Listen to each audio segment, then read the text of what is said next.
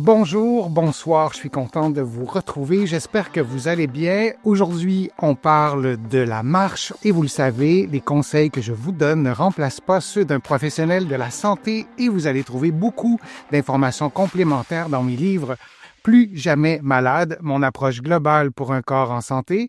Lève-toi et marche, le remède miracle existe et il est gratuit. 10 000 ou 7 000 pas par jour, qu'on choisisse un ou l'autre, mais si on s'était trompé de cible, si c'était pas nécessairement le nombre de pas par jour qui était important. Compter ces pas, évidemment, c'est relativement simple. Si vous avez un podomètre, si vous avez un atelier des appareils connectés, ça c'est quand même assez facile, mais la santé dépend aussi du rythme, de la régularité, on pourrait ajouter de l'intensité, et ce sont des paramètres que nous, on utilise en réadaptation. Vous le savez, je suis physiothérapeute ici au Québec, kinésithérapeute en France et dans d'autres pays qui sont de l'autre côté de l'Atlantique, et donc ça fait partie de nos instruments de travail de penser à la continuité, de penser à l'intensité, au rythme. Alors, on va creuser un petit peu plus ces paramètres-là.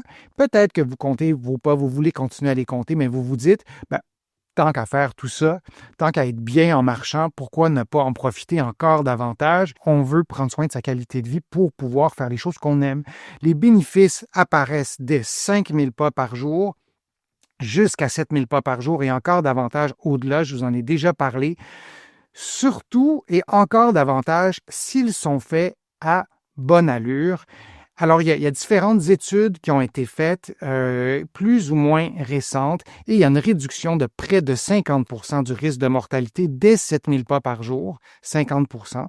Je vous ai déjà donné d'autres résultats d'études aussi, mais donc, plus on les fait à vive allure, plus on les fait un peu ou beaucoup rapidement, plus il va y avoir des effets sur notre santé. Pourquoi? Parce que lorsqu'on marche plus vite, ou lorsqu'on nage, ou lorsqu'on fait une autre activité physique, marcher plus vite, même brièvement, même si c'est juste pour 2 ou 3 minutes, mais on le fait régulièrement, améliore la santé cardiovasculaire. On voit le cœur qui bat, on ne voit pas le sang circuler à travers le cœur, à travers les artères jusqu'à vos muscles. Tout ça, c'est étroitement relié.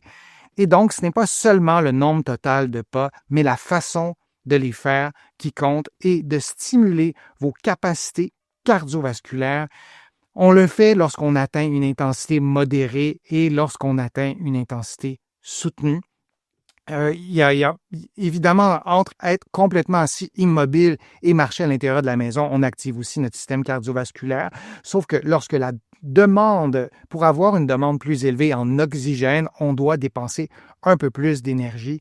Et lorsqu'on active notre cœur, les battements du cœur, la respiration et la contraction musculaire, c'est là aussi qu'on a des bienfaits pour le cœur. Pourquoi? Parce on utilise plus d'oxygène. C'est souvent en conférence la réponse qui m'est donnée. On utilise plus d'oxygène, donc c'est meilleur pour la santé. Il y a un roulement dans notre circulation sanguine. Il y a un nettoyage, si on veut prendre un mot très générique. C'est un peu ça, mais c'est aussi parce que lorsqu'on active nos muscles vont sécréter des substances bioactives. Je vous en ai déjà parlé, les myokines. C'est des messagers chimiques, des substances bioactives qui s'en vont dans votre circulation sanguine et qui s'en vont notamment à votre cœur et notamment à votre cerveau.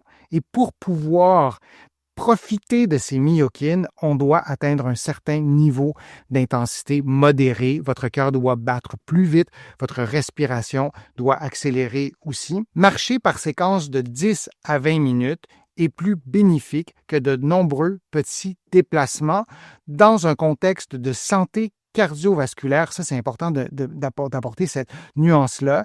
On veut déclencher cette pharmacie intérieure. Notre corps produit ces substances qui sont comparables à des médicaments, si on veut faire une analogie. Mais pour pouvoir démarrer tout ce processus-là, ça ne se fait pas uniquement en 1 ou 2 minutes. On veut le faire un peu plus longtemps. On peut le faire aussi par intervalle. Donc, dans le 10 à 20 minutes que vous voyez, vous pouvez faire 3 minutes à faible intensité, 1 minute à intensité modérée et soutenue et répéter la séquence. Vous pouvez le faire comme ça. Vous allez démarrer le processus physiologique qui fera en sorte de vous apporter un paquet de bienfaits, notamment sur le cœur, mais aussi sur le cerveau. Je vous donne quelques conseils. Peut-être que pour vous, ne pas viser un chiffre, c'est une bonne idée, mais entretenir un rythme, de soutenir un rythme. Et là, il faut bien qu'on se comprenne, parce qu'une intensité modérée, ce n'est pas une activité qui nous met par terre. Ce n'est pas une activité qui est si intense qu'on ne peut pas la soutenir. C'est une intensité qui est acceptable. On peut parler en même temps. Et pour se familiariser avec les différents niveaux d'intensité, ça vaut la peine de les tester. Mais de viser un rythme, je ne suis pas en train de dire qu'on fait une activité qui est immensément pénible, disons. Si on atteint une intensité soutenue, c'est beaucoup plus exigeant, mais on peut commencer par une intensité modérée et la constance, c'est la vraie progression. On me pose souvent la question aussi liée à l'âge. Combien de pas par jour on devrait marcher si on a 70 ans, 50 ou 30? Ça n'a pas de fondement scientifique d'appuyer ou de baser notre réflexion, notre réponse sur l'âge. C'est selon votre condition de santé. Après 10 minutes de marche, accélérez 1 minute, juste accélérer un peu.